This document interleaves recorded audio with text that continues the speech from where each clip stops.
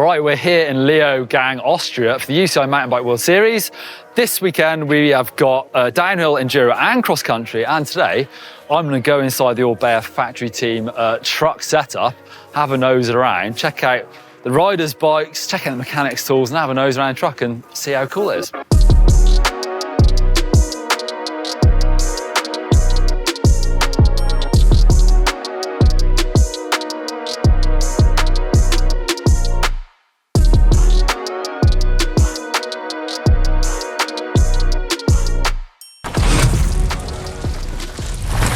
Right, so it's Thursday in the pits. It's quite a quiet day for cross-country racers, although mechanics are still here working away, I must add.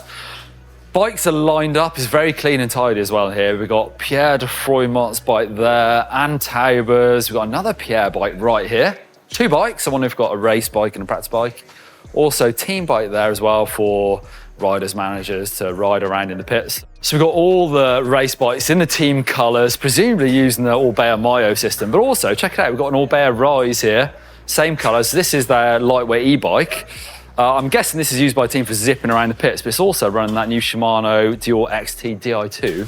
It's got that auto shift on it, so that's quite interesting. Look at that shifter. Anyway, I'm getting distracted.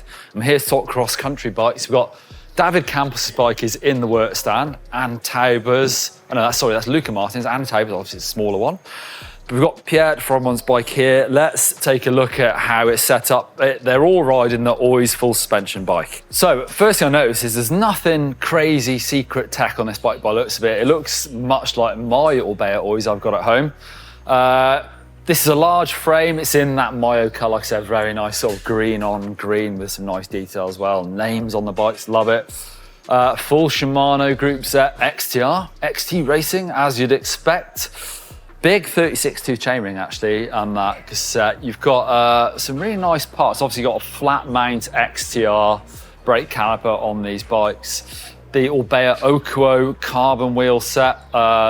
Running Maxxis Aspen tyres this weekend. So actually, as you can see on Anne's bike in the background, what's that one called? That's the fully slick one. Can't see a name on that one, but you can tell in the middle, like proper semi-stick with Aspen's, a bit more rubber on there. Fox suspension on all the bikes under this tent. We've got the Fox 34 step cast fork. That's become the norm for cross-country bikes now, up from the 32. You can see that step cast cut away to make them lightweight, but also stiff with the big 34 stanchion. Interesting, there's a bit of sort of grip tape on the inside there. I wonder if that's to hold the race transponder there. Eye-line rear shock, obviously a transfer drop post as well. Nice little touch, got this bit of electrical tape just around there so the mechanic can get the C-type set super easy. Actually, the front end of this bike is not super slam. For some cross-country bikes, actually Anne's bike, you can see the stem is fully negative, no space, it's completely slammed. Whereas Pierre's bike, it's got a 5mm spacer. It is a 75mm stem, with a minus 10-degree angle with a pretty flat bar on there, but not completely slammed, I'd say. Got the squid lock on the bars, which runs the lockout for the fork and the shock, although you wouldn't know that because it's all internal and you can't see the cable for that going to the shock. Also the drop post lever, of course, as well. These ESI foam grips, or actually I think they're silicone grips. I've been corrected for that in the past. These are like pretty much standard you'd see around the pits for cross-country race bikes. One thing I noticed actually, so Pierre's got his brake levers pretty far dipped over, to be fair. For me, I would have them further up, but I would guess, cross-country bike you are in that really aggressive over the bar position. You want your levers probably a bit further down. Also, something I noticed, there's actually on the Orbea website, check it out. If you want a factory replica, it tells there, the main colour is metallic dark green, secondary is mint green, so you can make your own bike to look exactly like this if you want. Let's go and have a look inside the truck. It's really cool, look how clean it is. Very nice. Also, I don't know if you checked the tent out already, but serious setup here. So this truck spends its off-season in Marbella, Basque Country, Spain, where Orbea is, their home. Actually, I've been there a few times. But in race season, it actually spends most of the time in South France. And let's have a nose inside. So first bit is like a sort of chill out bit, sofas, got some lockers for riders, but interesting, you've got a bit of a kitchen area here. You've got a microwave. Apparently most of the food gets cooked at the rider's apartment because riders don't stay here. They fly in, they stay somewhere else. Sometimes mechanics actually sleep in the truck for security as much as anything, but then obviously this is their base for the race weekend, so riders' food might get heated up here. Got an ice machine. It's quite warm this weekend, not crazy, but they might be using that. It's very nice. Again, it's very clean in here, but I want to go into the back of the truck. I think that's the most interesting part. Right, so lots of spares in here. We've got lots of tyres. So it's an Aspen ST. I didn't realise that. That's semi-slick.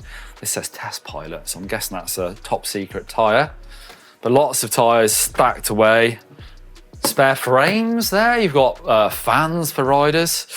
Inserts. So riders apparently don't use these at many races, but if, as and when they decide they might want inserts in, these are actually Pepe's Tyre Noodle. I've not seen that brand before. Got spare helmets tucked away. Oh, team colours as well. Oh, that's very nice. Bike stands, chairs. Heading over here, some more very expensive parts. We've got stacks full of XTR EMX. Just put that in my pocket. Not really. Lots of chain rings. We've got 38. Ooh. 34. That's more like my kind of chain ring, I think. All XTR, as you'd think. Umbrellas, handlebars. What else? More tyres. Got bottles. 226s. That's the energy brand they use.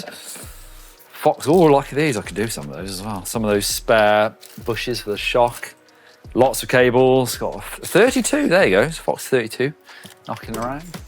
Then we're moving into the back. So we've got lots of sort of wheel bag setups for the tech zone. So obviously in cross-country racing, mechanics go to tech zones with spare wheels. They have the backpack set up ready to roll, another bag full of parts, and then wheel bags all ready. So you can see here, so these are short track wheels. And then we've got two different tyre TPI setups. Obviously wheels are ready and raring to go. So that is the Aspen 120, and then the Aspen 170. Oh, empty. Where are all the Aspen 170s gone?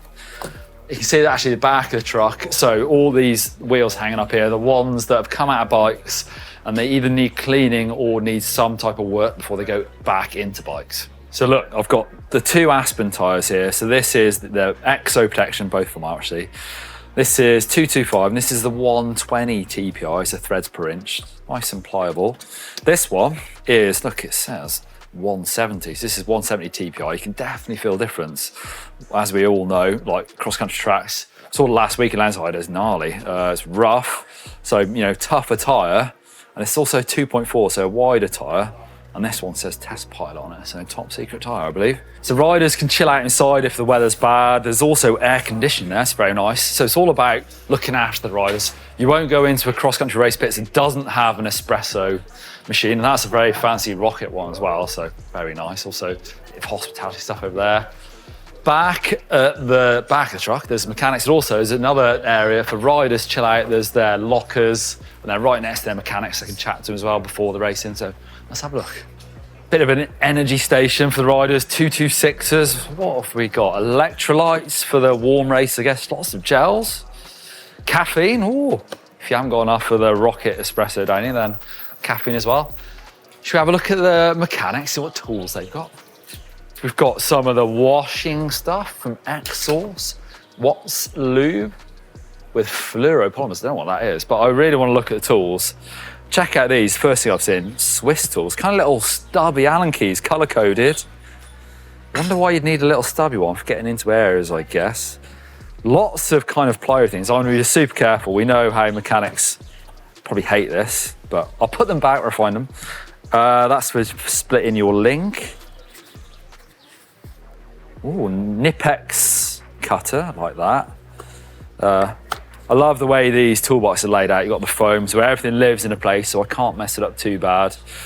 We've got a digital shot pump from Fox. I guess these are all Nipex. What else have we got in the back? Got some calipers for measuring things. Lots of little, those paint pens for marking things. Torque wrench, disc brake, benders, tape measures, mini ratchet. I mean, I guess he knows where everything is, this mechanic, but loads and loads of tools, everything you could possibly need. Do you know what this is? Nick, do you know what this is? No idea. This is like a burr remover. So when you cut anything, you stick it in and go, and it gets rid of the edges, so you don't need to get your file out like that. I wonder what's inside this little case. Dare I have a look? Ooh, Vito. Oh, look at that. He must be a jeweller in his spare time, this mechanic. So you can see, actually, there must be a compressor inside the back of the truck. Ow, I just got electric shock from that. and it goes up over the top of the tent, and that goes down into those air lines for the mechanics to pump up the tyres. Outside the truck, we've got the team car. It's a Skoda Octavia. It's basically the car to have in a mountain bike pits. But anyway, I'm very impressed by how clean this is. Apparently it's because the riders aren't here yet, or not today at least. It's obviously dry as well this weekend, so that helps. But thank you to Orbea for letting us having a nose around inside their pits. Very cool. Can't wait to see some of the racing from this weekend as well.